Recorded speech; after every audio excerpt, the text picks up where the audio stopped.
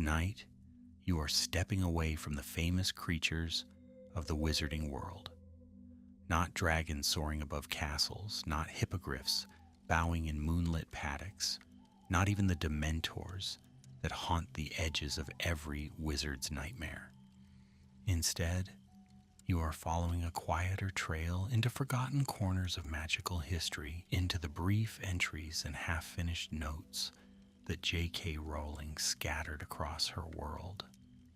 These are the creatures that received only a paragraph, a sentence, sometimes only a single mention, before vanishing again into obscurity. If you have listened to these stories before, let me know how many evenings you've wandered through wizarding history with us. And if this is your first journey, simply say Night 1 and settle in beside the fire. The castle is quiet, the corridors are empty, and somewhere deep within Hogwarts, a forgotten page is waiting to be opened. The lantern swings slowly above your head as you descend into one of the oldest sections of the Hogwarts library. Dust drifts through shafts of golden light. Leather-bound books sit untouched upon shelves that may not have been disturbed since the days of Armando Dippet, or even earlier. The scent here is familiar to every student who has spent long nights researching essays, parchment, candle wax, old ink, and aging wood. Yet there is something else beneath it tonight. Curiosity. The feeling that somewhere among these thousands of volumes lies knowledge that most witches and wizards have overlooked. At the end of a narrow aisle, resting beneath a layer of dust, sits a copy of Fantastic Beasts and Where to Find Them, its pages filled with creatures whose stories were never fully told. Why do some magical creatures appear only once before disappearing from wizarding history? It is a surprisingly difficult question. The wizarding world possesses entire government departments devoted to magical creatures. The Ministry of Magic maintains the Department for the Regulation and Control of Magical Creatures, one of its oldest and most important divisions. Within that department are separate offices dedicated to beasts, beings, and spirits, classifications that emerged after centuries of confusion and disagreement.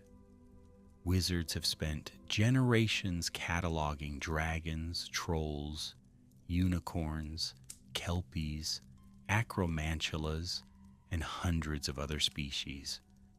Yet despite this effort, certain creatures seem to exist only in the margins of magical scholarship.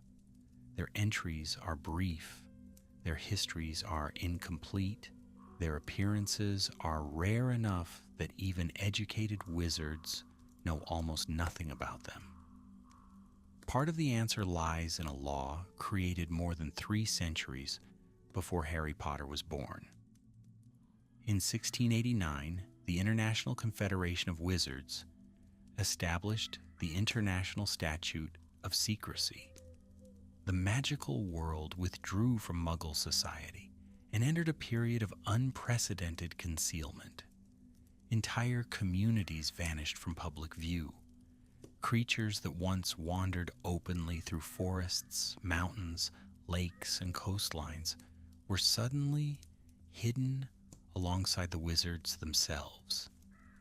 Maintaining secrecy became more important than exploration. Dangerous species were isolated. Remote habitats became protected. Over time, even magical scholars lost direct contact with many of the creatures they had once known. The man who understood this better than almost anyone was Newt Scamander. Long before Harry arrived at Hogwarts, Newt dedicated his life to studying magical beasts. Born in 1897, educated at Hogwarts, and eventually employed by the Ministry of Magic, he spent decades traveling across the world in search of creatures that most people never encountered. His book, Fantastic Beasts and Where to Find Them, became required reading for Hogwarts students. Generations of young witches and wizards carried copies through their school years. Harry Potter himself purchased a copy from Flourish and Blotts before his first year. Yet even Newt occasionally admitted that information was incomplete. Some creatures remained elusive, others were so rare that only fragments of reliable observation existed. The Ministry attempted to impose order through classification. Creatures received ratings ranging from X to XXXXXX. An X designation indicated a creature considered boring and posing little danger. A XXXXX classification represented a known wizard killer or a beast considered impossible to domesticate. At first glance, the system appears precise, but as you examine the entries more closely, strange inconsistencies emerge. Some creatures with extraordinary powers receive surprisingly little attention. Others possess abilities that seem capable of reshaping entire fields of magical research, yet are discussed in only a few sentences. It is as though wizarding scholars occasionally discovered something astonishing, made a brief note, and then simply moved on. This becomes even stranger when one considers how thoroughly other creatures were documented. The dragon reserves of Romania became subjects of extensive study. The habits of hippogriffs were recorded in detail. The breeding of thestrals, though controversial, was understood well enough for Hagrid to maintain a herd at Hogwarts. Even acromantulas, among the most dangerous creatures in Britain, acquired detailed histories through their connection to Aragog and the Forbidden Forest.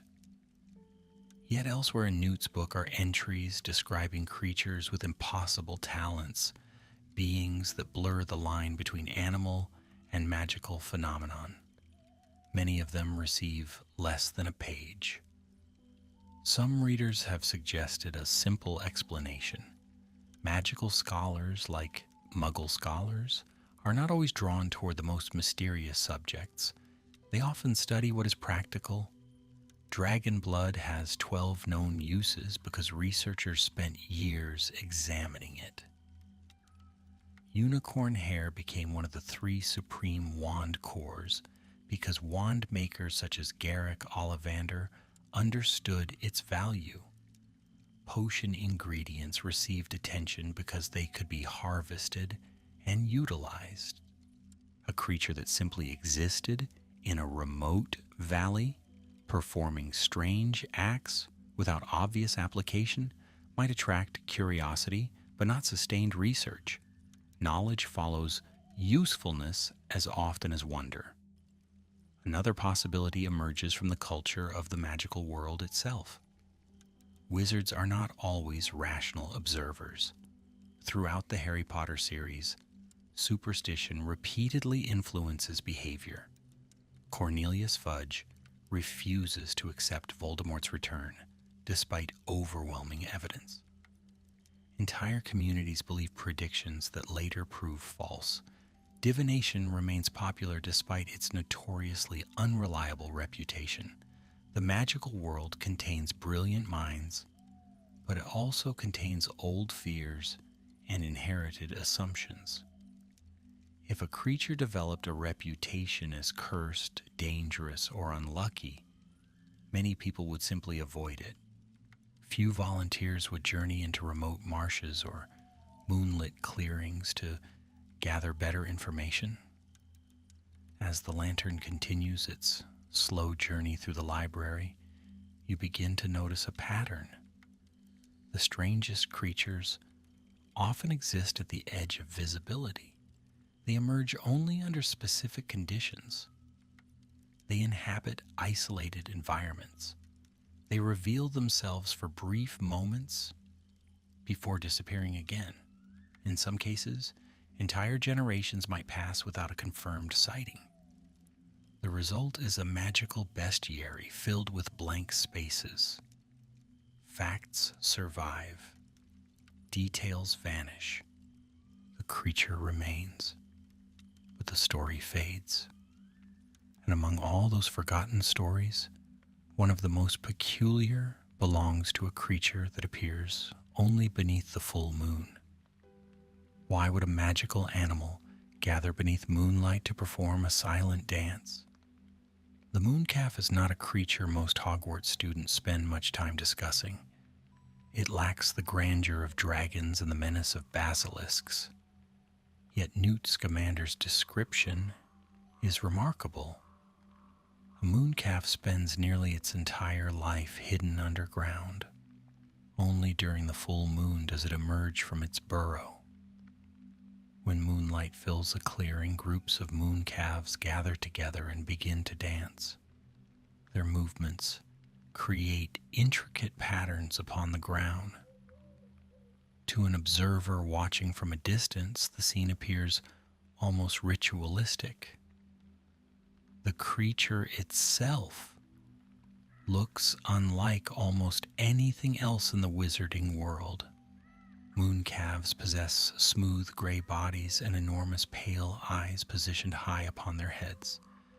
Those eyes seem perfectly adapted for darkness.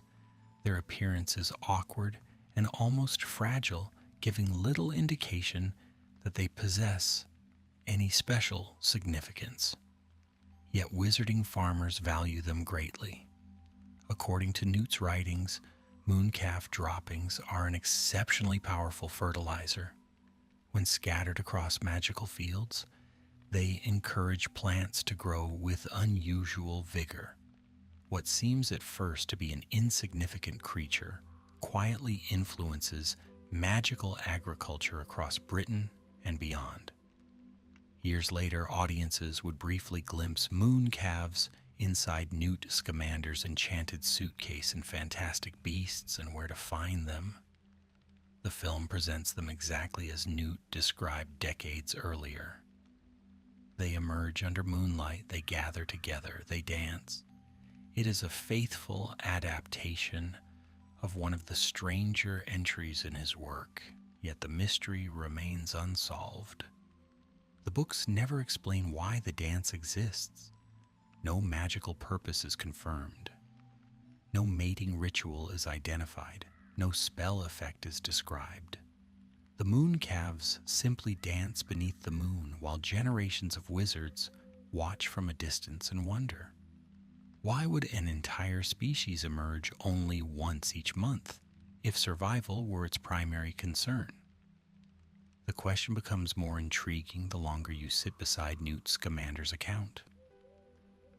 Most magical creatures reveal adaptations that clearly improve their chances of survival. A demiguise becomes invisible when threatened. A murtlap can defend itself with poisonous growths along its back. Even the humble bowtruckle survives by blending into the branches of wand trees. The mooncalf appears to do the opposite. For nearly 29 days it remains concealed underground, then emerges beneath the brightest night of the lunar cycle when it can most easily be observed. Such behavior seems almost theatrical, as though the creature is responding to something larger than instinct. The wizarding world has always attached significance to the moon. Werewolves transform during the full moon, a curse famously carried by Remus Lupin. Certain potion ingredients become more potent during particular lunar phases. The wolfsbane potion itself exists only because generations of magical researchers sought to manage the effects of moon-driven transformation. Against that backdrop, the mooncalf's behavior begins to feel less accidental. Newt never states that lunar magic influences the species directly, but the connection hangs over every description. The moon is not simply a light source in wizarding culture. It is an active force. Some magical historians have suggested that moon calves preserve a very ancient relationship between creatures and celestial magic. This remains theory rather than canon, yet it fits comfortably within what is known. Centaurs spend their lives studying the heavens. Ferenczi teaches Harry Potter that the movements of planets and stars contain patterns most humans fail to perceive. The Department of Mysteries maintains entire chambers devoted to forces that remain poorly understood. If stars can influence magical events and prophecies, the idea that a creature responds to lunar cycles no longer seems strange. Instead, it begins to look like part of a larger magical ecosystem hidden beneath the surface of the books. The physical traces left behind by moon calves add another layer to the mystery. Their dances create geometric patterns in fields and clearings. Newt specifically notes these formations, yet no official explanation accompanies them. Imagine a wizard stumbling across such markings at dawn. The earth has been carefully pressed into spirals and loops. No footprints lead into the clearing. No obvious animal remains nearby. For centuries, strange patterns appearing in open landscapes have inspired stories, folklore, and speculation. Moon calves quietly create such patterns every month, then retreat underground before sunrise. What is striking is how little attention the magical community appears to devote to them. Hogwarts students learn about blast-ended scroots because Hagrid introduces them directly into lessons. Hippogriffs become famous because Harry's encounter with Buckbeak changes the course of multiple lives. Moon calves receive no dramatic storyline. They affect no major battle. They never rescue a hero or threaten a school, and so one of the wizarding world's most unusual creatures quietly remains in the background, dancing beneath moonlight while history passes overhead. Yet if moon calves seem harmlessly mysterious, the next creature in Newt Scamander's collection inspires a very different reaction. Its description is so strange that many readers pause and reread the entry to make sure they understood it correctly. How can a creature hide behind something smaller than itself? The hide behind belongs to North American wizarding folklore, though folklore may not be the right word when discussing a creature officially recognized by magical authorities. Newt Scamander classifies it as a genuine beast, not a legend. Its most famous characteristic is also its most impossible one.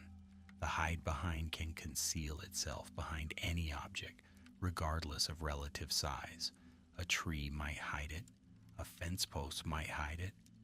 According to the description, even something absurdly small compared to the creature can somehow shield it from view. The name itself reflects this bizarre talent. Unlike a dragon whose threat is obvious or a troll whose presence is difficult to miss, the hide behind exists almost entirely through absence. Witnesses know something is nearby. They sense movement. They hear sounds in the forest. Yet every attempt to look directly at the creature fails. It remains hidden just beyond perception. The effect resembles a magical loophole in reality itself. Newt records another disturbing detail. The hide behind preys upon humans. That single fact transforms the creature from an amusing curiosity into something genuinely unsettling. Predators typically depend upon speed, strength, venom, camouflage, or surprise. The hide behind appears to rely upon a magical distortion of observation. A witch or wizard walking through a forest may never obtain a clear view of the danger stalking them. Fear becomes part of the creature's weaponry. The victim cannot confront what cannot be seen. Even stranger is the officially recorded defense against it. According to Newt's entry, strong alcohol repels the hide behind. Few magical creatures possess such an oddly specific weakness. Basilisks are countered by Phoenix tears and Gryffindor's sword. Dementors are repelled through the Patronus charm. Werewolves fear silver in many magical traditions. The hide behind, by contrast, retreats from intoxicated humans. The explanation is never fully given. Some magical naturalists believe alcohol disrupts the creature's ability to anticipate a victim's movements. Others argue that the smell alone affects it. Canon leaves the matter unresolved. The creature's peculiar weakness creates a fascinating glimpse into wizarding history. Before modern magical governments and organized creature control, isolated wizarding settlements often depended upon practical knowledge passed between generations. A family living near dangerous forests might know exactly which plants deterred a local beast. Another community might preserve recipes for protective potions unknown elsewhere. The hide-behind's entry feels like a fragment of that older world. Somewhere, long ago, frightened witches and wizards learned through experience that alcohol offered protection. The knowledge survived. The explanation did not. A popular fan theory proposes that the hide-behind is not merely hiding behind physical objects, but manipulating perception itself. Supporters point to other magical phenomena that alter observation. The Fidelius charm conceals information from all but designated secret keepers. Notice me. Not spells influence attention. Even Hogwarts itself possesses enchantments that confuse unwanted visitors. The theory remains speculation, yet it highlights an important truth. The wizarding world already contains magic capable of affecting what people notice. The hide-behind may simply represent that principle taken to an extreme. As you move deeper into the old library aisle, the lantern's glow seems weaker than before. Shadows gather between shelves. The hide-behind's description lingers in your thoughts because it touches a very old fear. Not the fear of being chased, not even the fear of being attacked. It is the fear that something is standing nearby and you cannot make yourself see it. Newt Scamander records the facts, closes the entry, and continues to the next creature, yet the unanswered question remains suspended in the darkness long after the page has been turned. And waiting just beyond that page is another being associated with darkness, though unlike the hide-behind, this one wants you to follow its light. Why would a creature carry a lantern if its true purpose is to lead travelers into danger? The Hinky Punk enters Harry Potter's story quietly. It is not introduced through a dramatic attack or a major battle. Instead, it appears during one of Remus Lupin's defense against the dark arts lessons in Harry's third year at Hogwarts. Lupin's classroom becomes famous for its boggart lessons, yet throughout that school year he also teaches students about a wide range of dark creatures and magical threats. Among them is the Hinky Punk, a being that receives only brief attention before slipping back into the shadows of wizarding lore.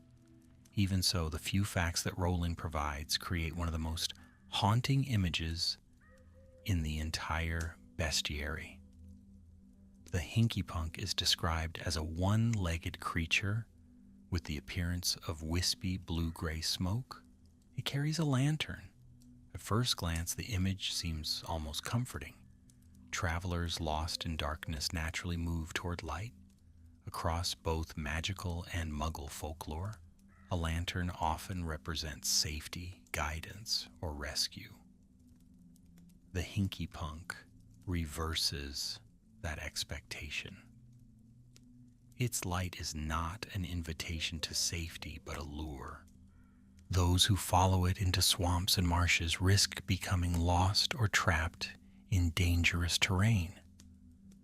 The creature's habitat is significant. Marshes occupy a peculiar place in British folklore.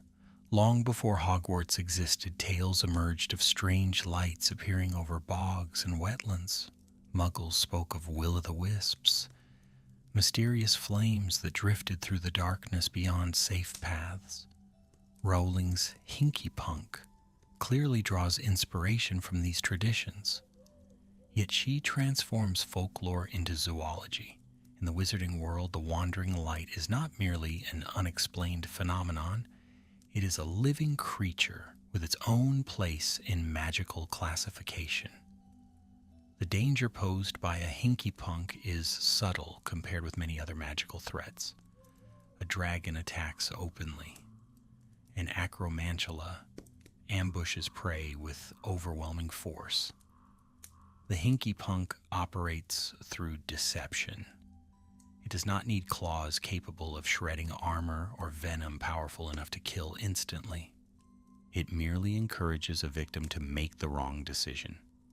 A single step off the path, a few minutes of misplaced trust, then the swamp does the rest.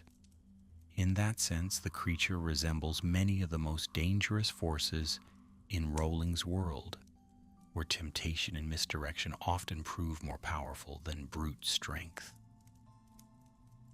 There is another curious detail. Despite their reputation, hinky punks are not presented as major predators. Rowling never describes them hunting humans directly. They guide travelers astray, but the books stop short of assigning them the sort of deliberate malice associated with creatures like Dementors. This creates an intriguing ambiguity. Does the hinky punk understand the consequences of its actions? Or is it following instincts developed over centuries? The canon never answers. The creature remains suspended somewhere between mischievous spirit and genuine threat. That uncertainty feels familiar within the wizarding world. House elves perform acts that humans often misunderstand.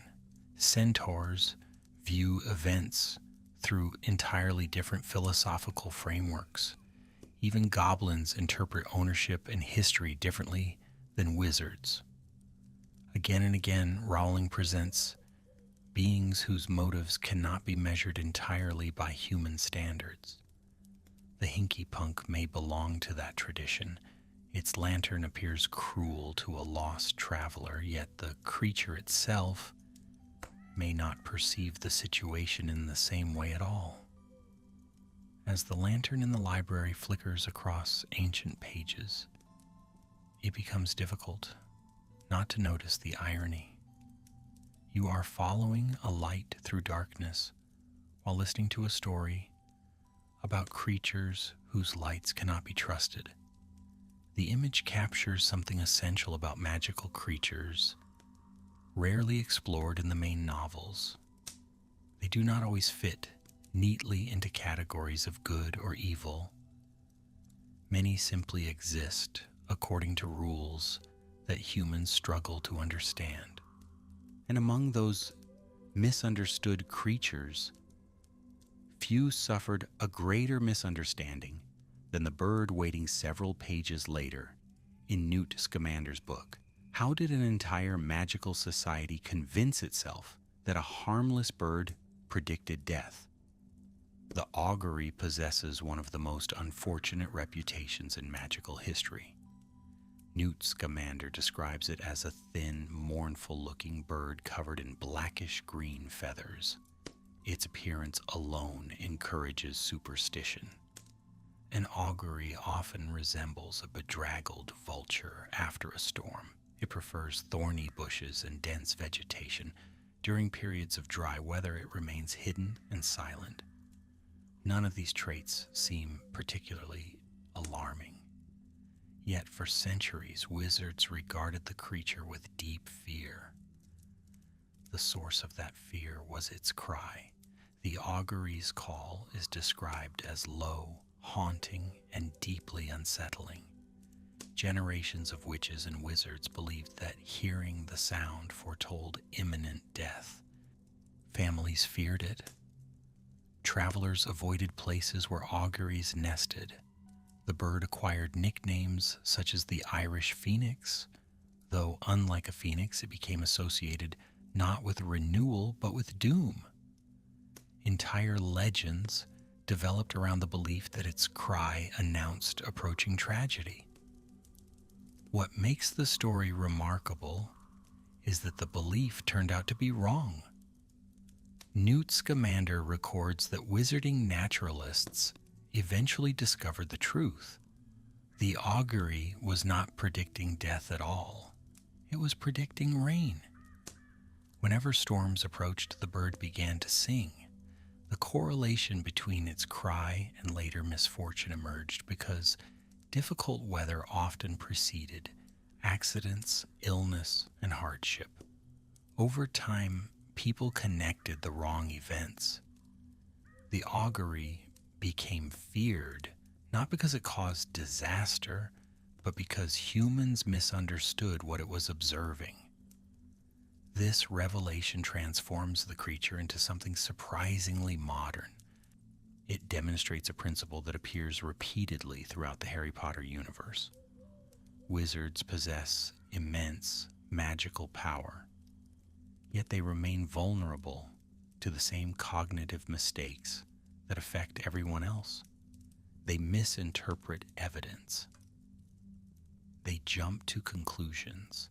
They inherit assumptions from previous generations. The magical world contains flying broomsticks, enchanted portraits, and shape-shifting animagi. Yet even their entire communities can spend centuries believing something that is not true. The augury eventually found a defender in Newt Scamander. By the early 20th century, magical zoologists understood the bird far better than their ancestors had. Newt even kept auguries himself. This detail speaks volumes. A man who devoted his life to magical creatures saw no reason to fear them. He regarded the bird not as a harbinger of death, but as a fascinating species possessing unusual sensitivity to changing weather conditions. The transformation from feared omen to respected creature mirrors the broader mission of his work. Again and again, Newt sought understanding where others saw only fear. Yet the story does not completely eliminate the mystery. An augury still knows when rain is coming. It still detects atmospheric changes before most humans notice them. The mechanism remains unexplained. Does the bird sense shifts in magical energy? Does it possess extraordinary biological awareness? Or does it perceive something in the environment that wizards have never fully identified? Canon remains silent. The misunderstanding was corrected, but the underlying gift was never fully explained.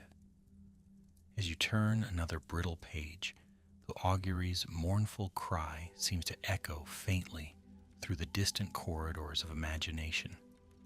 Once it was feared as a messenger of death. Now it stands as a reminder that the magical world contains just as many misconceptions as mysteries. And if a harmless bird could be mistaken for a prophet of doom, what happens when wizards encounter a creature that truly appears monstrous at first glance? The next entry offers an answer, introducing a beast so bizarre that even its physical description feels like something from a nightmare whispered beside a fire centuries ago. Why would a creature evolve the ability to imitate human speech if it had no intention of interacting with humans? The Lucrota appears only briefly within the canon, yet its description is among the most unsettling in all of Newt Scamander's writings. Unlike creatures such as the augury or mooncalf, which initially seem harmless, the Lucrata announces danger immediately.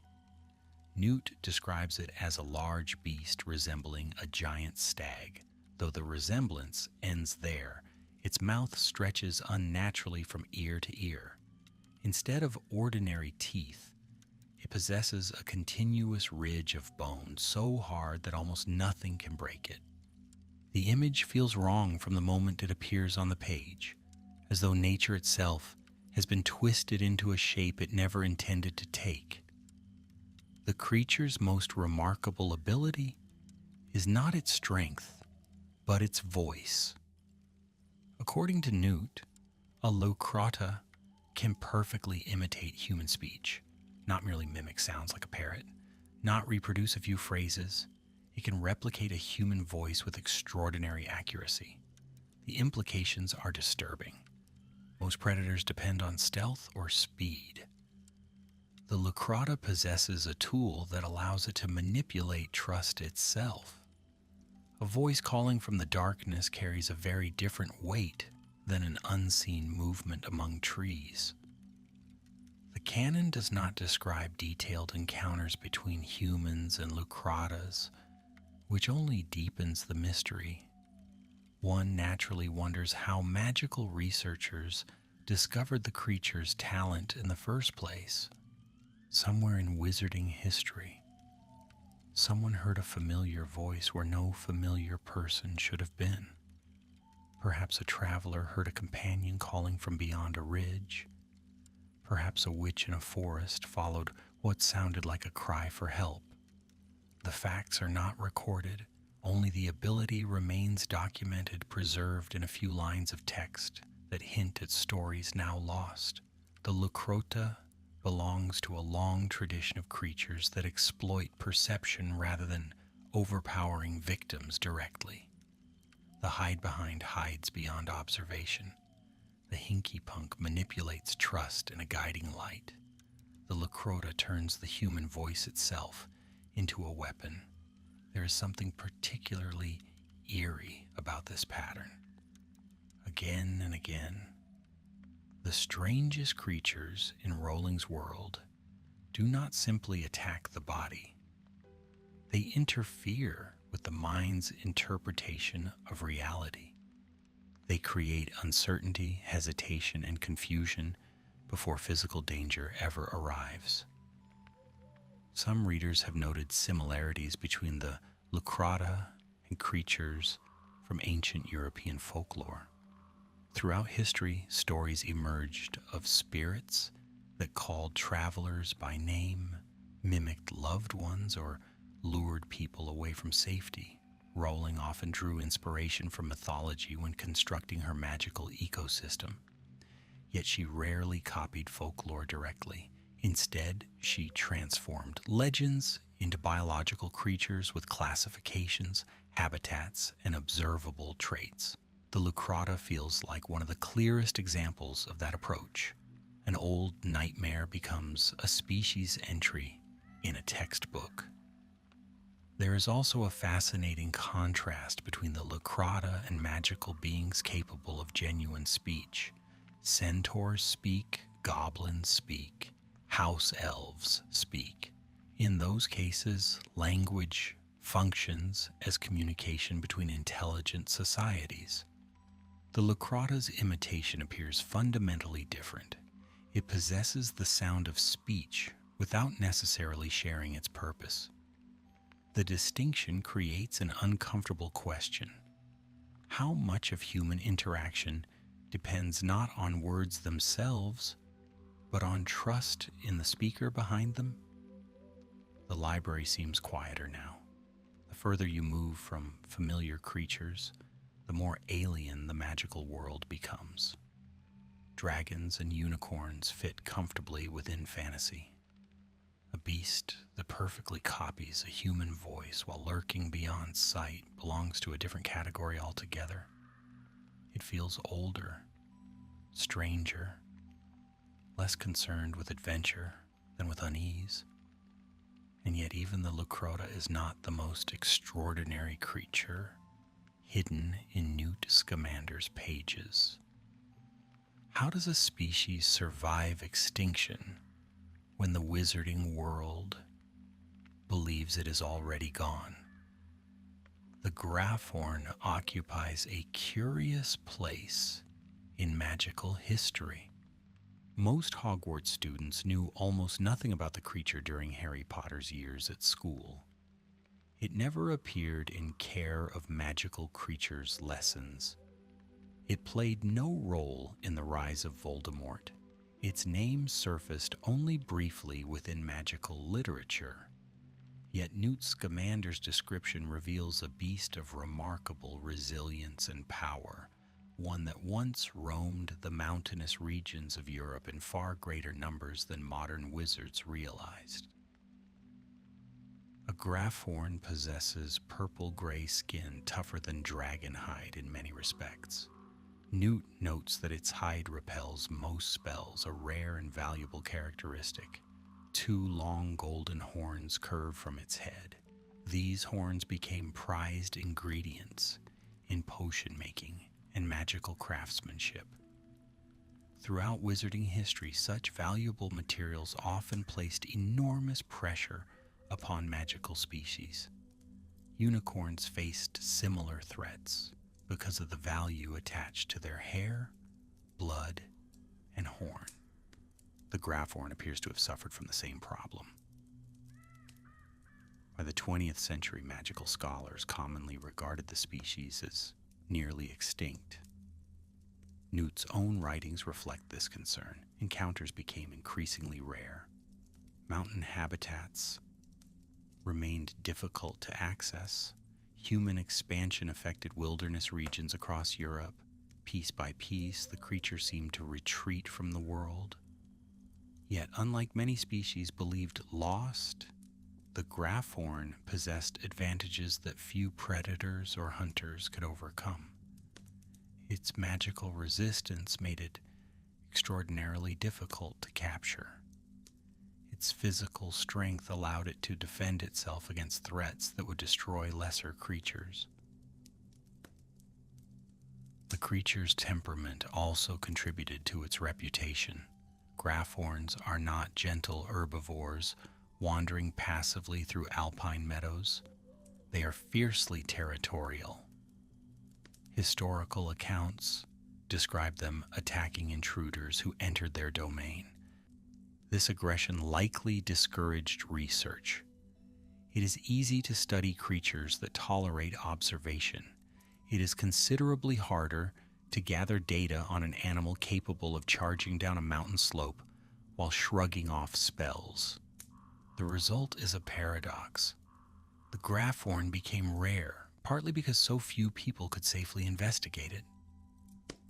What makes the story especially interesting is how often the wizarding world mistakes absence for extinction.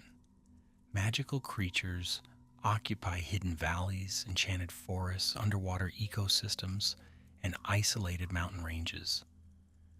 Entire populations can remain undiscovered for decades. Wizards sometimes assume they know the limits of the world around them, only to discover otherwise later. The Graphorn serves as a reminder that magical geography remains far larger than any map suggests. There are places even experienced magizoologists rarely visit. A popular interpretation among fans suggests that Graphorns never became as rare as scholars believed. Instead, they simply withdrew deeper into inaccessible habitats. While this remains theory, it aligns neatly with Newt Scamander's broader observations about magical creatures adapting to human expansion. Again and again, species survive not by confronting civilization, but by retreating beyond its reach. Hidden mountain valleys become sanctuaries, remote peaks become borders. Eventually, legends replace direct observation. The image is strangely beautiful. High above villages and roads, beyond the reach of ordinary travelers, a creature thought nearly extinct continues moving across ancient ridgelines beneath drifting clouds. Snow gathers upon stone. Winds sweep through forgotten passes. Somewhere among those heights, golden horns catch the first light of dawn. Wizards argue about population numbers and classifications while the grapphorn quietly endures. Yet mountains are not the only places where overlooked creatures survive. Some hide much closer to civilization. Some lurk in marshes, farms, in muddy waterways. They are less majestic than grapphorns and far less famous than dragons, but for generations of ordinary witches and wizards, they represented a much more immediate problem. Their stories begin in places where people work, travel, and live every day. Why do some of the wizarding world's most troublesome creatures receive less attention than dragons, basilisks, or other legendary beasts? Part of the answer lies in where those creatures live. Dragons attract attention because entire reserves must be maintained to contain them. Basilisks inspire fear because a single specimen can threaten an entire school. Yet many magical creatures operate on a smaller scale. They do not destroy castles or reshape history. Instead, they create persistent problems for ordinary witches and wizards. Their influence is local, practical, and constant. As a result, they often become background details in magical life rather than subjects of famous stories. The Dugbog is a perfect example. Newt Scamander describes it as a creature resembling a piece of dead wood floating among marsh plants. At first glance, a witch crossing a bog might not notice anything unusual. The creature remains motionless, blending seamlessly into its surroundings. Then, when prey approaches, the Dugbog attacks. It lunges upward from the water and targets the ankles or legs of its victim. The strategy is simple but highly effective. In an environment already difficult to navigate, a sudden attack can transform inconvenience into genuine danger. Professor Lupin considered the Dugbog important enough to include among the creatures taught during Harry Potter's third year. That detail matters. Remus Lupin was one of Hogwarts' most competent defense against the dark arts teachers. He focused less on dramatic spectacle and more on practical survival. The inclusion of the Dugbog suggests that encounters occurred frequently enough to justify classroom instruction. Students were not merely learning about exotic monsters from distant continents. They were learning about hazards that could plausibly appear during everyday travel through parts of magical Britain. The Dugbog's camouflage reveals an important pattern within magical ecology. Many of Rowling's lesser-known creatures depend upon deception rather than overwhelming power. The creature does not challenge a victim openly. It becomes part of the landscape itself. A fallen branch, a patch of marsh vegetation, a harmless shape among dozens of others. Only when the attack begins does the illusion break. Once again, the wizarding world's strangest creatures prove remarkably skilled at manipulating perception. The environment itself plays an essential role in the Dugbog's success. Swamps and marshlands appear repeatedly throughout magical lore. Hinky punks inhabit them. Various magical plants flourish within them. Certain potion ingredients originate there. These wetlands function almost like miniature wilderness frontiers hidden within wizarding Britain. While Hogwarts students spend most of their time in castles and classrooms, Creatures like the Dug Bog remind us that much of the magical world exists far beyond stone walls and organized communities.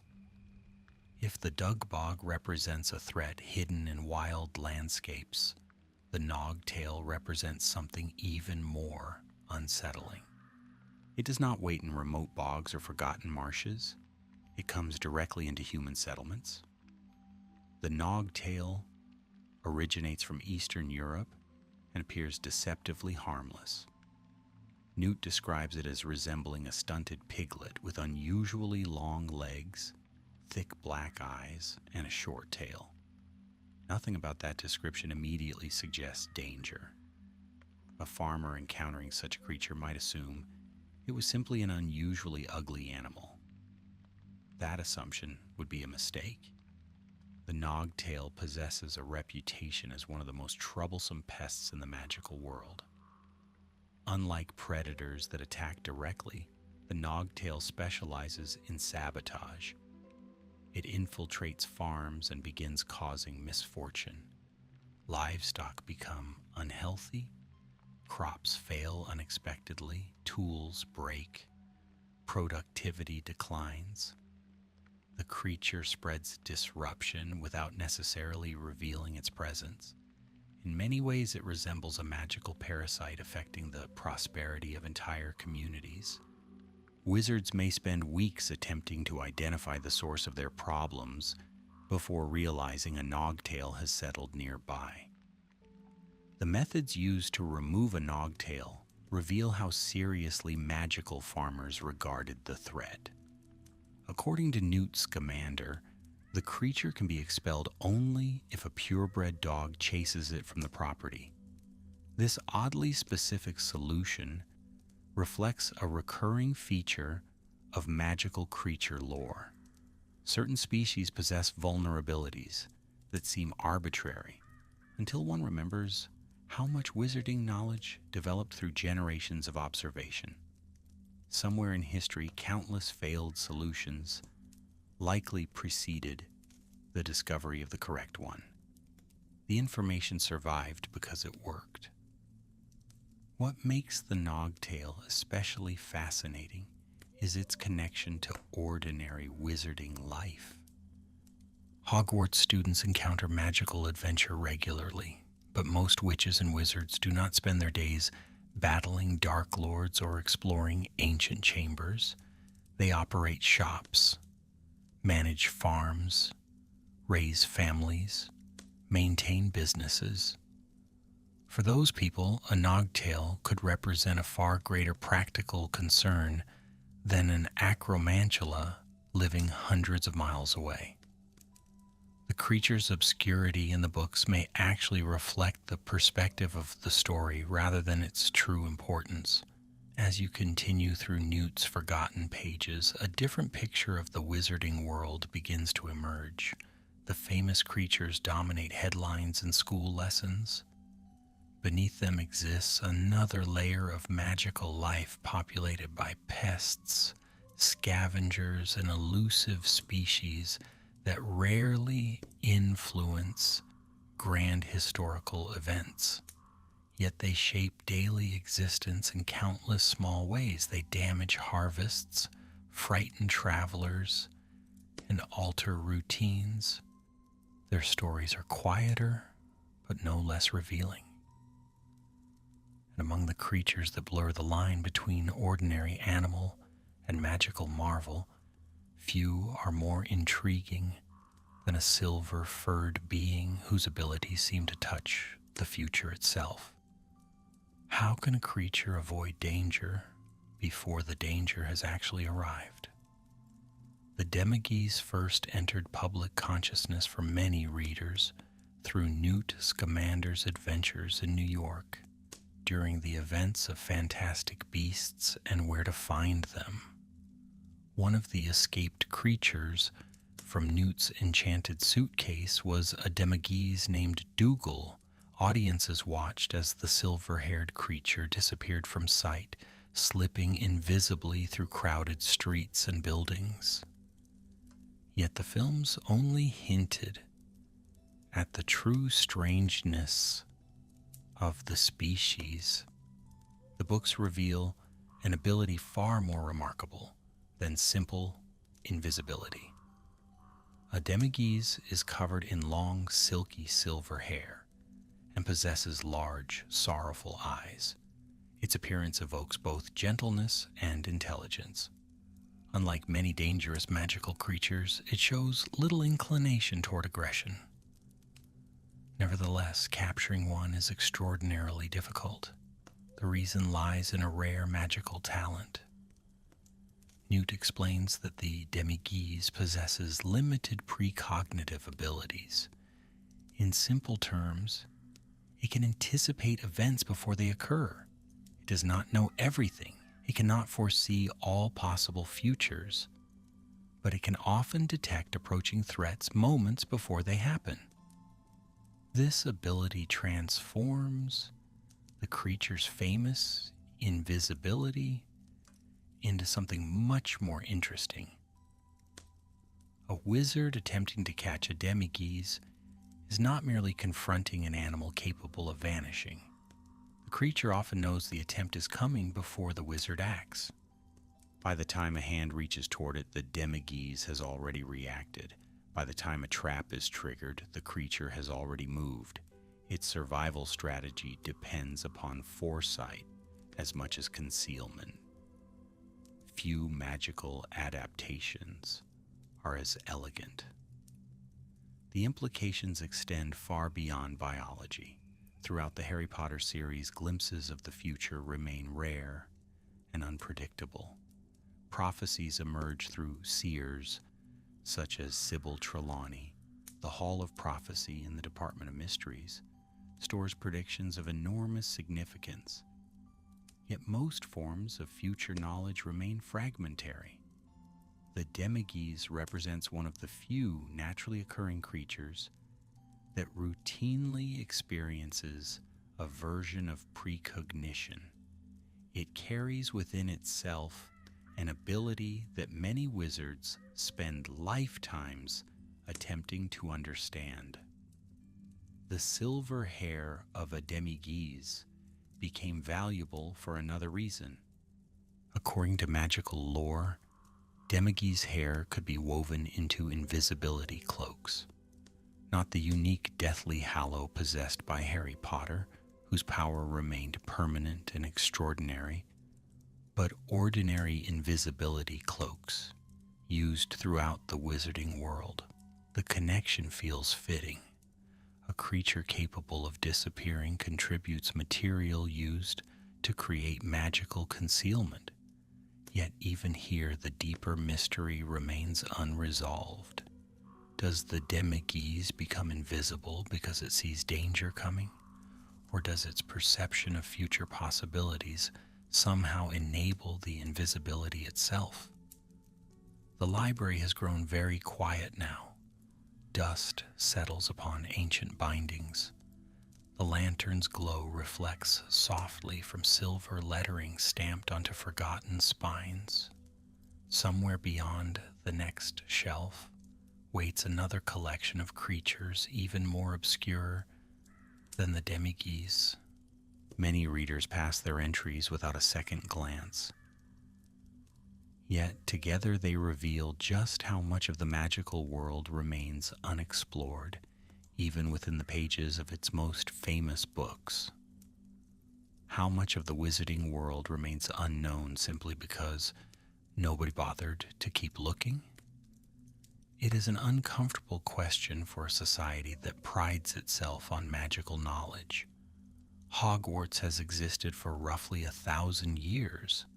The Ministry of Magic maintains entire departments devoted to research, regulation, and record keeping. Libraries preserve centuries of scholarship. Yet the deeper you travel into Newt Scamander's bestiary, the more frequently you encounter creatures described in only a handful of sentences. The pattern suggests a surprising truth. Knowledge in the wizarding world is not evenly distributed. Vast attention is devoted to some subjects, while others remain suspended in near obscurity for generations. Consider the Plimpy. Few magical creatures receive less attention in the books, yet the details Newt provides are wonderfully specific. The Plimpy is a spherical fish found in deep lakes. It possesses 2 long legs, ending in webbed feet.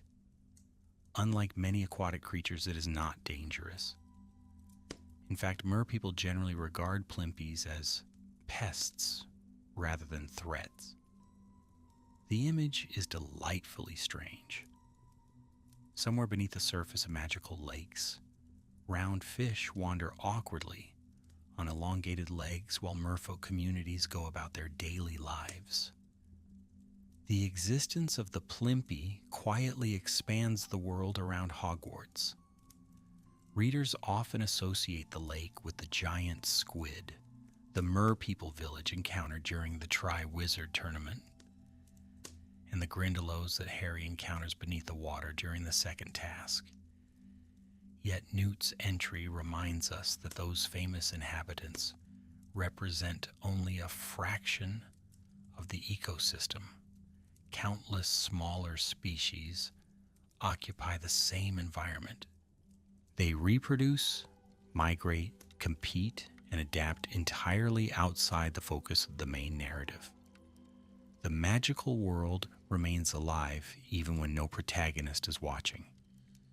The Plimpy also demonstrates something important about Newt Scamander's philosophy. He rarely divided creatures into categories of importance based solely upon danger or usefulness. A dragon deserved study, certainly. So did a tiny aquatic nuisance. His work consistently reflects the mindset of a naturalist rather than a treasure hunter. Every species mattered because every species revealed something about the broader structure of magical life. The Plimpy's inclusion may seem trivial, yet it reflects an approach to knowledge that values curiosity for its own sake. Another overlooked creature carries a very different significance. The Clabbert appears briefly in Fantastic Beasts and occupies a curious position between animal and warning system.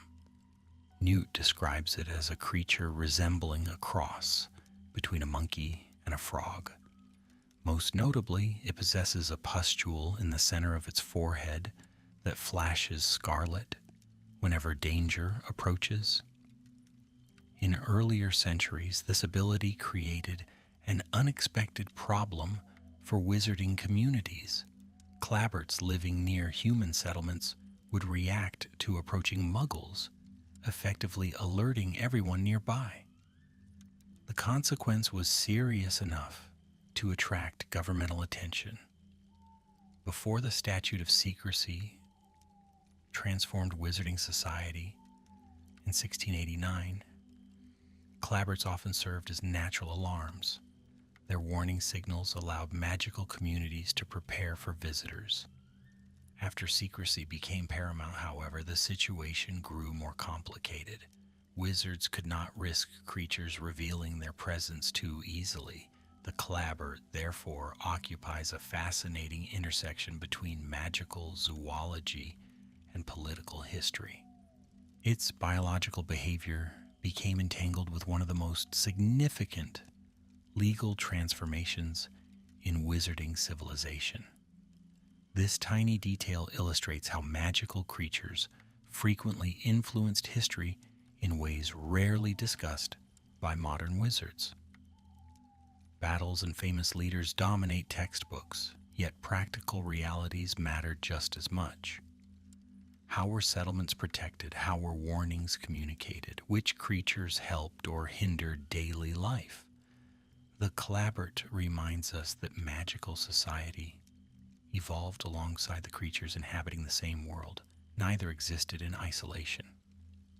And then there is the Shrake. Why would anyone create an entire textbook entry for a magical fish that appears to hate being touched?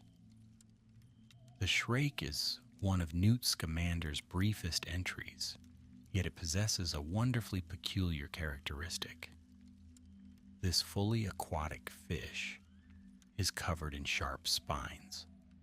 More importantly, it apparently develops aggression toward muggles. Newt's wording is concise, almost casual, but the implication is extraordinary.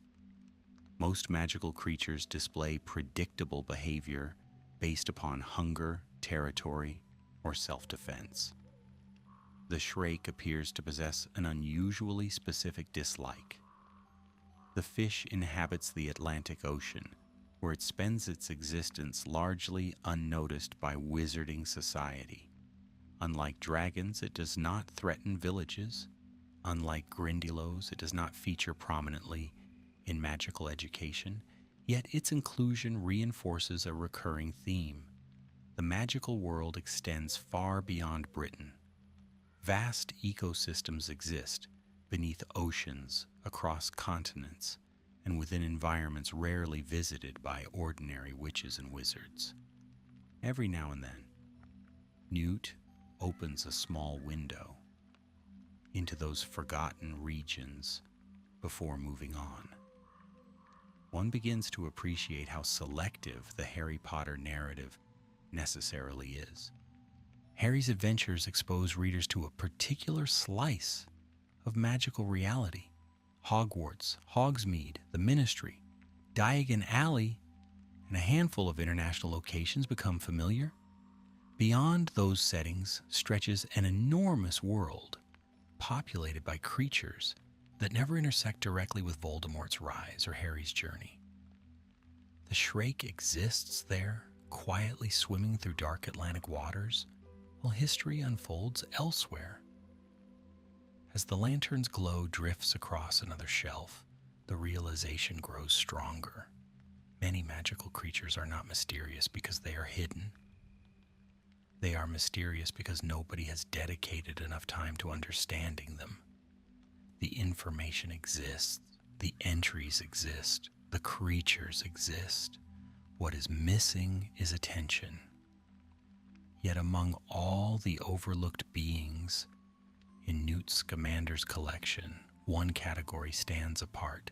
These are not creatures famous for their appearance, their habitats, or even their behavior. They are memorable because they challenge the boundaries of what magic itself seems capable of accomplishing. They possess abilities that feel almost impossible, even by wizarding standards. And the deeper you examine them, the harder it becomes to explain how such creatures fit into the established rules of the magical world. How can an animal possess powers that resemble the deepest mysteries studied within the Department of Mysteries itself? The question returns us to the demi-guise, but from a different angle. Most readers focus on its invisibility because invisibility is easy to visualize. A silver creature disappears. The effect is immediate and dramatic. Yet Newt's description emphasizes something arguably more extraordinary. The demi-guise survives because it sees fragments of the future. In the Harry Potter universe, knowledge of future events is treated as one of the rarest and most unreliable forms of magic. Entire shelves of prophecies rest inside the Ministry's Department of Mysteries because such phenomena are considered profoundly important. A demi-guise experiences a diluted version of that same phenomenon as part of everyday life. The implication is astonishing. Somewhere in forests and hidden habitats, creatures casually employ abilities that human wizards regard as nearly miraculous. No elaborate rituals are required, no crystal balls, no trained seers.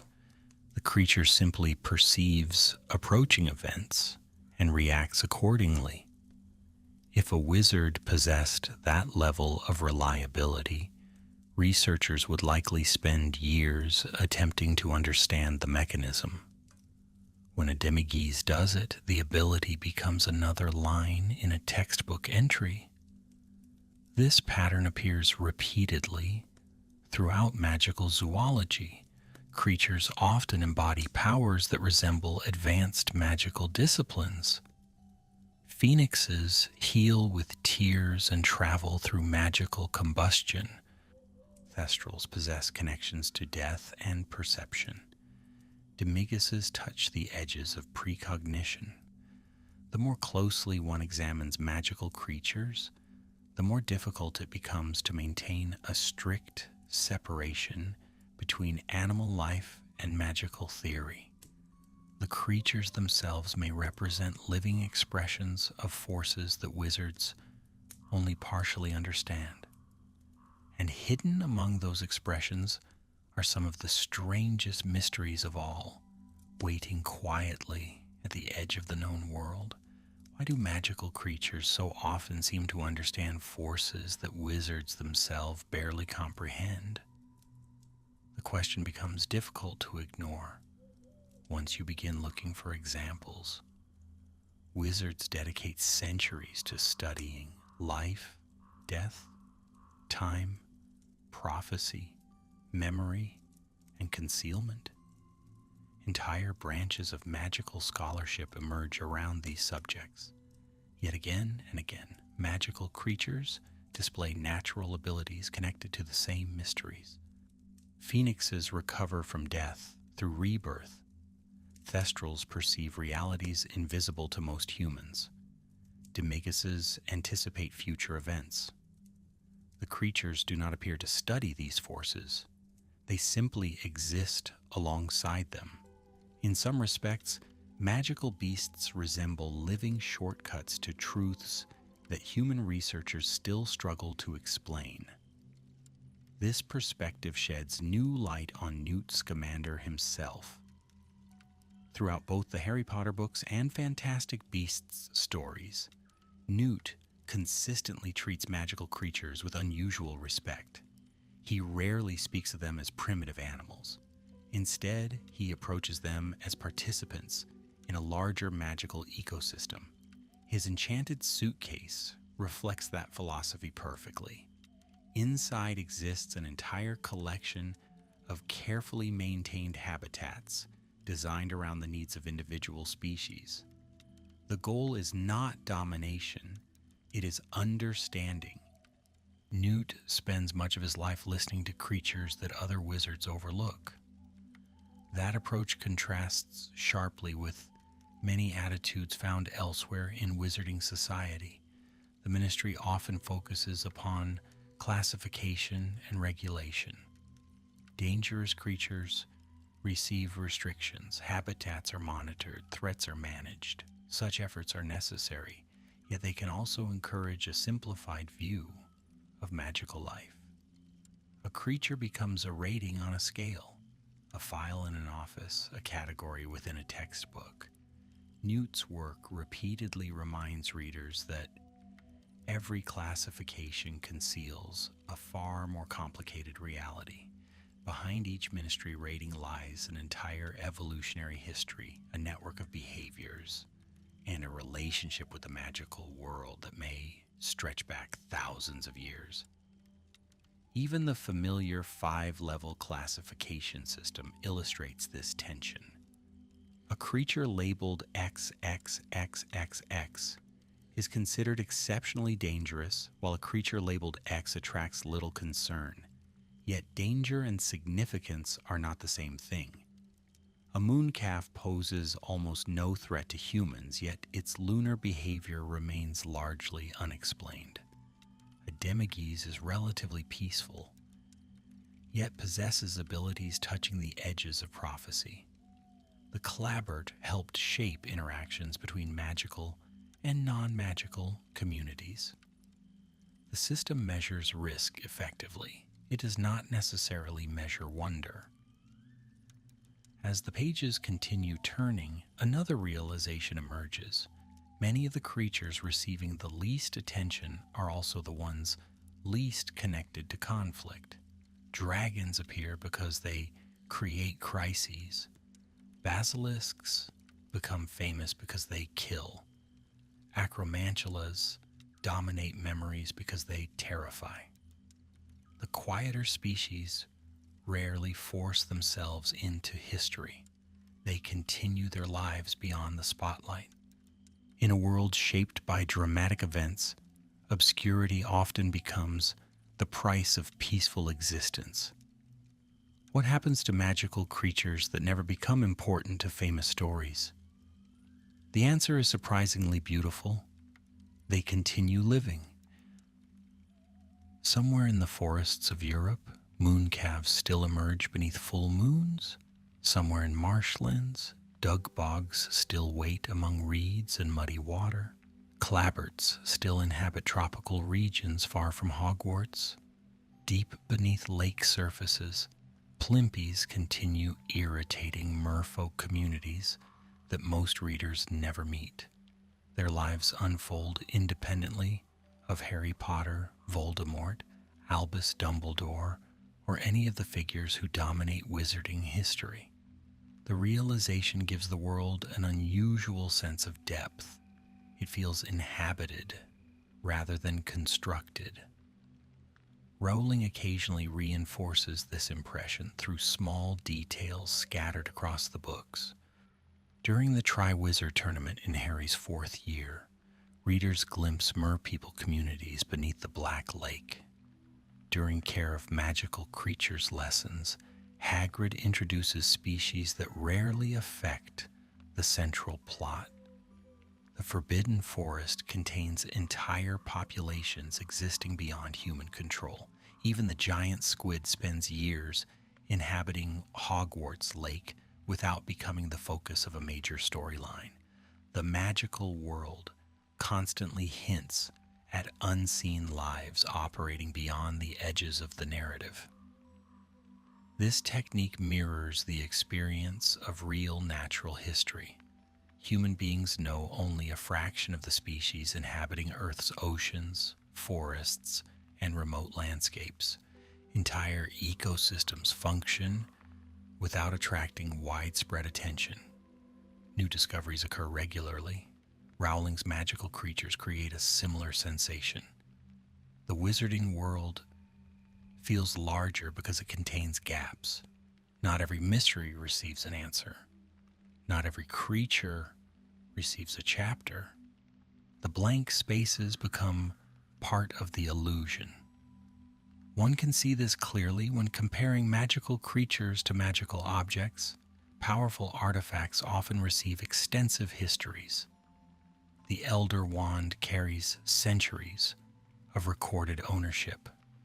The Resurrection Stone accumulates legend after legend. Horcruxes become central to Voldemort's story. Creatures, by contrast, frequently resist such documentation. They move, adapt, hide, evolve. Their histories are harder to preserve. The result is a magical bestiary filled with fragments rather than complete biographies. That fragmentation may actually increase their fascination. A fully explained mystery eventually becomes information. An incomplete mystery remains alive. Every brief entry in Fantastic Beasts invites questions that the canon never fully answers. Why do mooncalves dance?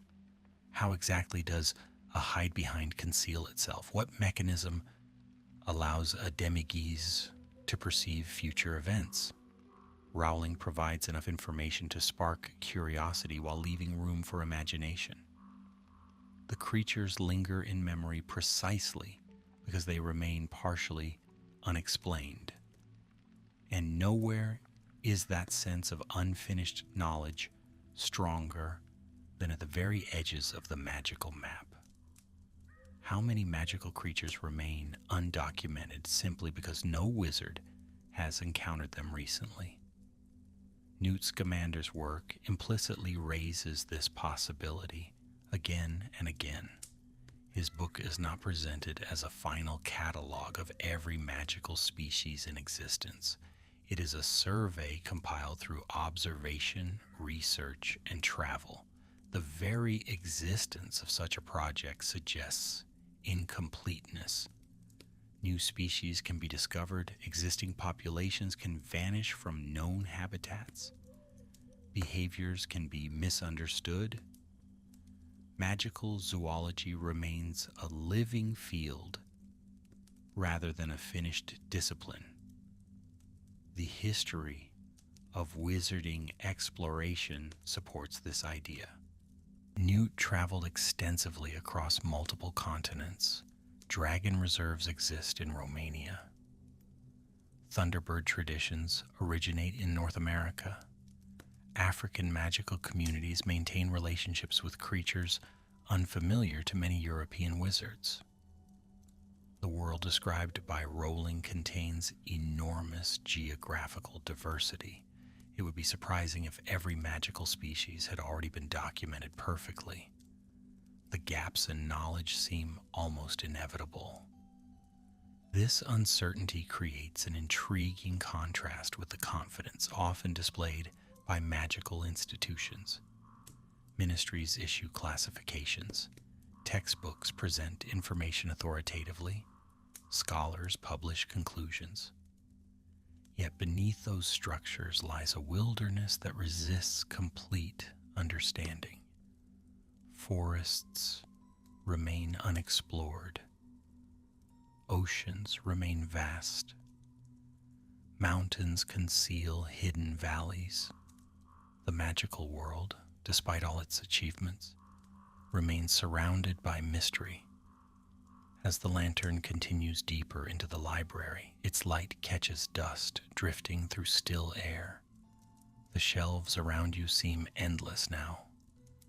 Thousands of books stand silently in the darkness, each containing fragments of forgotten knowledge.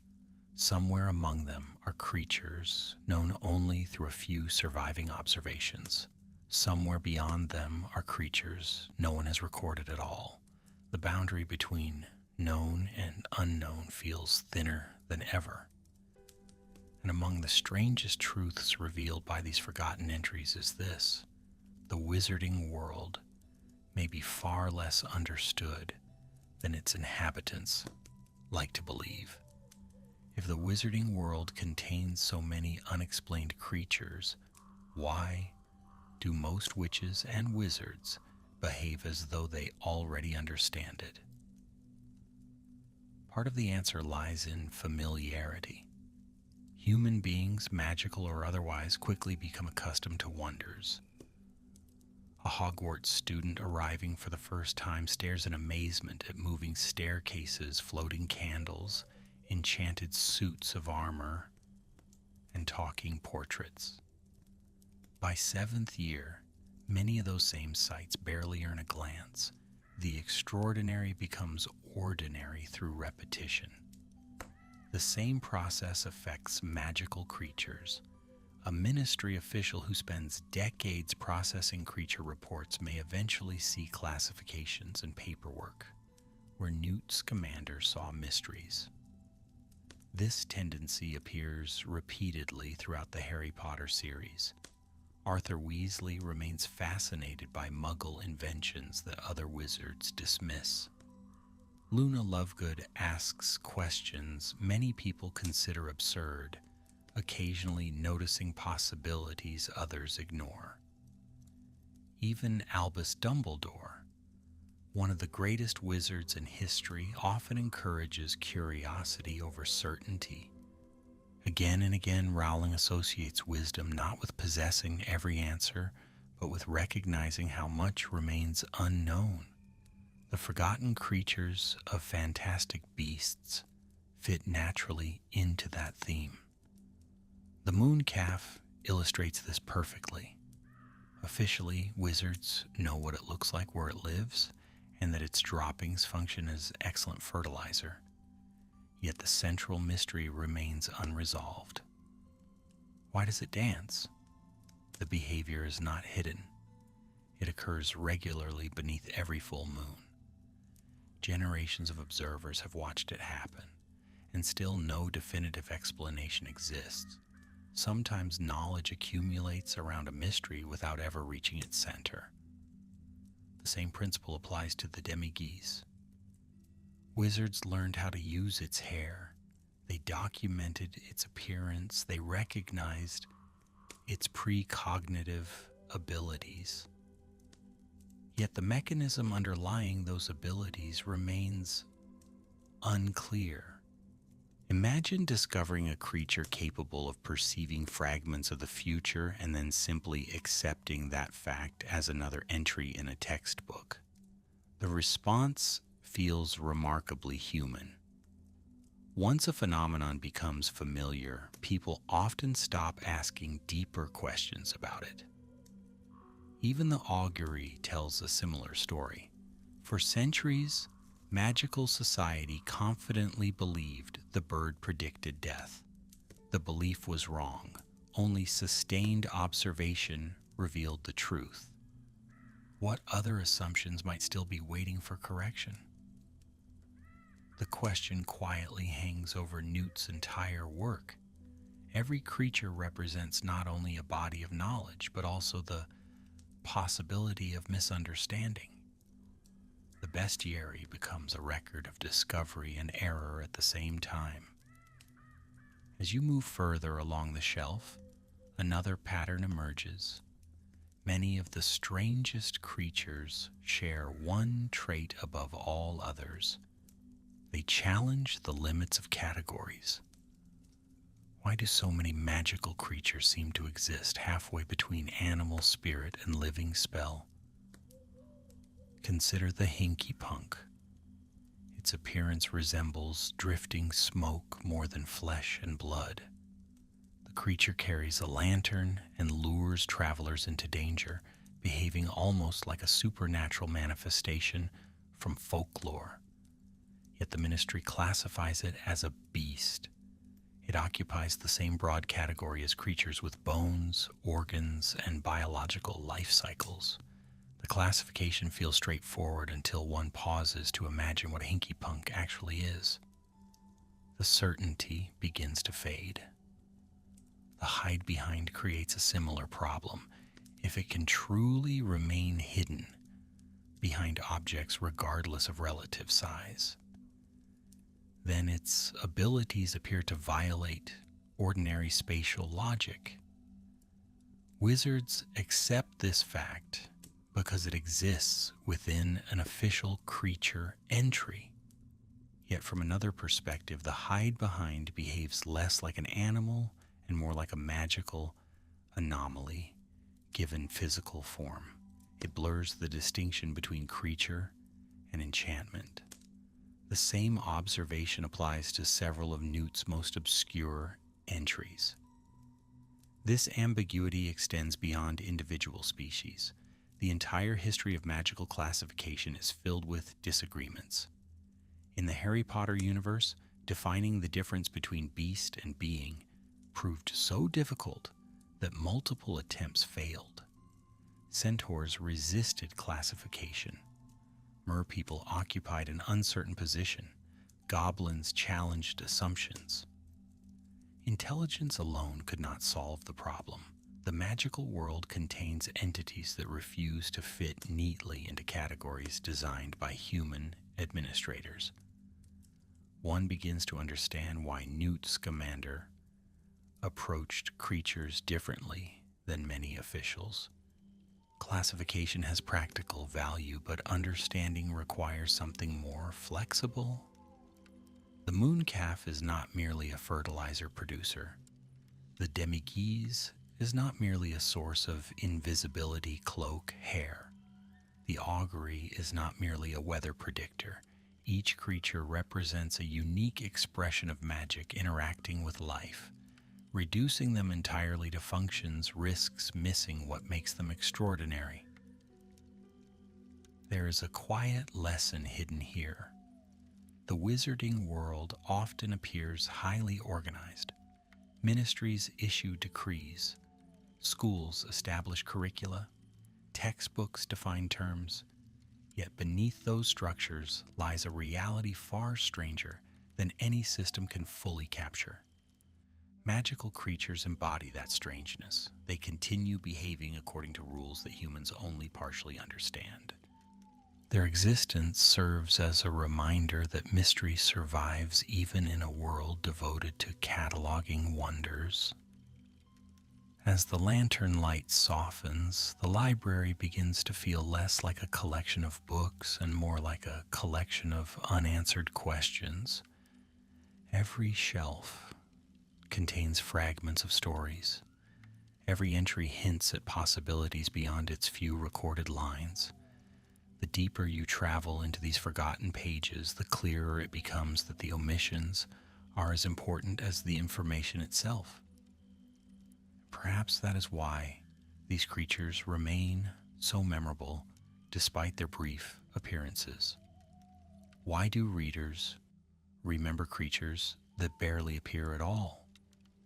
The answer is not simply novelty. The Harry Potter universe contains countless unusual things. What distinguishes creatures like the moon calf, hide behind, hinky punk, augury, and demigeese is that they suggest worlds beyond the page. Each entry feels like the visible edge of a much larger story. Newt provides enough detail to make the creature real, then moves on before explaining everything. The imagination naturally follows after him. A dragon receives extensive attention because dragons influence major events. A basilisk becomes central to an entire mystery in Harry's second year. By contrast, the moon calf receives only a brief description of moonlit dances. Yet many readers continue thinking about it long after closing the book. The unanswered question remains active.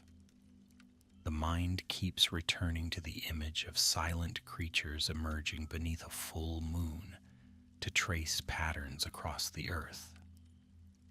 The same phenomenon explains the enduring fascination of the hide behind. Its description occupies only a tiny portion of Newt's work. Nevertheless, the concept lingers because it feels impossible. The human brain instinctively searches for explanations. How does it hide? What does it look like? Why does alcohol repel it? Canon offers facts without complete interpretation. The mystery survives. In a sense, these creatures perform the same role as the unexplored corridors of Hogwarts or the distant mountains beyond Hogsmeade. They create depth through absence. The world feels larger because parts of it remain undiscovered. Readers sense that life continues beyond the boundaries of the narrative. The creatures are small windows opening onto that larger landscape. And as the final shelves of this forgotten isle approach, one last realization begins to take shape. The strangest creatures in Rowling's world are not necessarily the most powerful, the most dangerous, or the most famous. They are the ones that leave behind a question and quietly refuse to answer it. What if the greatest magical mystery in Rowling's world is not hidden in an ancient castle, a secret chamber, or a forgotten spell, but in the creatures everyone overlooks? By the time you reach the final shelves of this dim library aisle, the question no longer feels exaggerated. Consider how much attention the wizarding world devotes to powerful wizards. Entire books chronicle the lives of Albus Dumbledore, Gellert Grindelwald, and Lord Voldemort. Histories are written about goblin rebellions, the founding of Hogwarts, and the rise of the Ministry of Magic. Yet a creature capable of anticipating the future receives only a few paragraphs. A species that dances beneath the full moon remains largely unexplained. A predator that hides beyond normal perception appears briefly and then disappears back into obscurity. The imbalance is striking. Perhaps Newt Scamander understood something that many others missed. Throughout his life, He repeatedly demonstrated that magical creatures deserved more than classification and containment. In Fantastic Beasts and Where to Find Them, he does not write like a bureaucrat compiling reports. He writes like someone genuinely fascinated by the living world. Even when discussing endangered species, his tone reflects curiosity rather than fear. The result is a bestiary that often feels less like a textbook and more like an invitation. Every entry encourages readers to look closer. This attitude appears throughout Newt's career. During the events of Fantastic Beasts, he risks personal safety to recover escaped creatures, not because they are valuable possessions, but because he understands their importance. Others see chaos. He sees living beings removed from their proper environments. That distinction matters. It reveals a philosophy rooted in observation and respect. The obscure creatures scattered throughout his writings become easier to appreciate when viewed through the same lens. The mooncalf offers a perfect example. A less curious observer might describe it simply as a nocturnal animal producing useful fertilizer. Newt notices the dance, he records the behavior, he preserves a mystery. Decades later, readers still wonder why those creatures gather beneath moonlight and trace elaborate patterns across the earth. The question survives because someone considered it worth asking. Curiosity transforms a minor creature into a lasting enigma. The augury tells a similar story from a different angle. Generations of witches and wizards accepted the belief that its cry predicted death. The explanation seemed obvious. The reputation became tradition. Yet closer observation overturned centuries of assumption. The bird had been announcing approaching rain all along. One careful investigation accomplished what folklore never could. The lesson extends far beyond a single species. Understanding often begins when someone questions what everyone else accepts. And perhaps that lesson matters more than any individual creature. What do these forgotten beasts reveal about the nature of the wizarding world itself? They reveal that knowledge remains incomplete. The Harry Potter universe sometimes appears thoroughly documented. Hogwarts possesses 1,000 years of history. The Ministry maintains extensive records. Libraries preserve magical scholarship reaching back centuries. Yet beneath that accumulated knowledge lies uncertainty. New species remain elusive. Ancient behaviors remain unexplained. Entire ecosystems exist beyond ordinary observation. The world is not finished. It is still being discovered. This sense of incompleteness gives Rowling's setting much of its enduring power. Real worlds contain unanswered questions. Oceans conceal undiscovered species. Forests preserve hidden ecosystems. Scientific understanding evolves continuously. The wizarding world reflects that reality. Its mysteries are not confined to dramatic plot twists. They exist quietly within everyday life. A student opening a textbook may encounter a creature no one fully understands. A magizoologist may spend decades studying a species without uncovering every secret. Discovery never truly ends. The creatures themselves embody that principle. The Demigeese reminds readers that even the future may not be entirely beyond reach. The Hinkypunk demonstrates how easily perception can be manipulated. The hide behind challenges assumptions about visibility and space.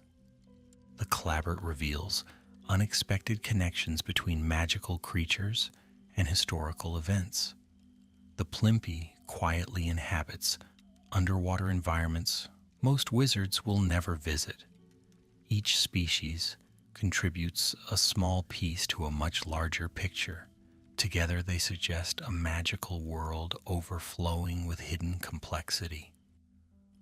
One of the most remarkable aspects of these creatures is how little they care about human attention. Dragons may become famous, basilisks may inspire legends. The obscure species continue their lives regardless. Mooncalves dance whether anyone watches or not. Auguries sing before storms, regardless of human interpretation. Graphorns roam remote mountains without consulting population estimates. Their existence is independent. They do not require recognition to remain real. That independence creates a peculiar feeling as you near the end of the journey. The creatures no longer seem like entries in a reference book. They feel like inhabitants of a living world operating according to its own rhythms. The pages merely provide brief glimpses.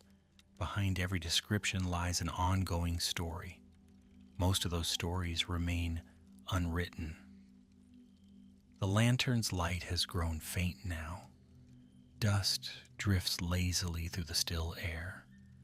The final shelf stands before you, crowded with ancient volumes whose bindings have darkened with age. Somewhere among those books rests Newt Scamander's worn copy of Fantastic Beasts and Where to Find Them. Its pages contain mooncalves dancing beneath full moons, hide-behinds lurking beyond sight, auguries singing before rain, demigeases watching fragments of the future, and dozens of other creatures that most readers pass in a moment. You close the book gently. The library remains silent. Beyond the castle walls, far from the concerns of ministers, professors, and famous wizards, strange creatures continue moving through forests, marshes, mountains, oceans, and moonlit clearings. They leave tracks that few people follow. They carry mysteries that few people investigate. And somewhere in the darkness, beyond the lantern's fading glow, a forgotten page waits patiently for the next curious reader to open it and wonder what else the wizarding world never fully explained. What lingers after a journey through these forgotten creatures is not their strangeness, but their humility. The wizarding world is often remembered through its greatest conflicts, its most powerful wizards, and its most dramatic acts of magic. We remember Voldemort seeking immortality, Dumbledore carrying the burden of knowledge, Harry walking into the forbidden forest, knowing what awaited him. Yet hidden beneath those stories is another truth. The magical world is not held together by power alone. It is held together by countless small mysteries that continue existing whether anyone notices them or not. A mooncalf dancing beneath the full moon possesses no ambition to change history, yet its existence enriches the world as surely as any famous wizard ever could. That idea appears again and again throughout Rowling's writing. The people who understand the world best are rarely the ones trying to dominate it. Newt Scamander spends his life observing rather than conquering. Luna Lovegood notices what others overlook because she is willing to remain curious when everyone else feels certain. Even Dumbledore, after a lifetime of extraordinary achievement, ultimately speaks more often about wonder, love, and choice than about power. The forgotten creatures fit naturally beside those themes. They remind you that knowledge begins not with certainty, but with attention. The moment you assume there is nothing left to discover, discovery quietly slips past you. There is also something revealing about fear in these stories. The augury became feared because people misunderstood it. The hinky-punk frightened travelers because they followed its lantern without understanding its nature. The hide-behind turned uncertainty itself into a weapon. Time and again, the creatures demonstrate that ignorance often creates more fear than reality. Once Newt Scamander studies a creature carefully, the shape of the mystery changes. It does not disappear. It becomes deeper. Fear narrows the world. Understanding expands it. That distinction sits at the heart of much of Rowling's universe. Perhaps that is why these brief entries feel so memorable despite occupying so little space on the page. They reveal a world that remains incomplete. Hogwarts contains hidden rooms no student has fully mapped. The Department of Mysteries studies forces it does not entirely comprehend. Centaurs continue reading meanings in the stars that human wizards struggle to interpret. Deep lakes, distant mountains, and forgotten forests conceal lives unfolding beyond recorded history. The gaps are not flaws in the setting. They are what make it feel alive. A world with no unanswered questions eventually becomes small. A world with mysteries remains vast. And so, as you sit quietly beside these fading pages, you begin to see the deeper pattern connecting every creature we have encountered. The mooncalf, the demigeese, the augury, the graphorn, the clabber, and all the others are not really stories about beasts at all. They are stories about perspective, about how much remains hidden beyond the limits of ordinary attention, about the possibility that the most important truths are not always the loudest, the largest, or the most celebrated. Sometimes they wait patiently in the margins, content to be overlooked until someone finally pauses long enough to see them. Now the lantern burns low. The library is still. Dust settles softly onto ancient leather bindings, and the shadows between the shelves grow deeper with every passing moment. Somewhere nearby rests an old copy of Fantastic Beasts and Where to Find Them, its pages filled with creatures whose stories were never fully told. You close the cover, hear the faint rustle of paper settling into silence, and leave the forgotten aisle behind. Yet as the last glow of the lantern fades into darkness, it is easy to imagine that somewhere beyond the castle walls, beneath a full moon, a circle of mooncalves has already begun to dance once more.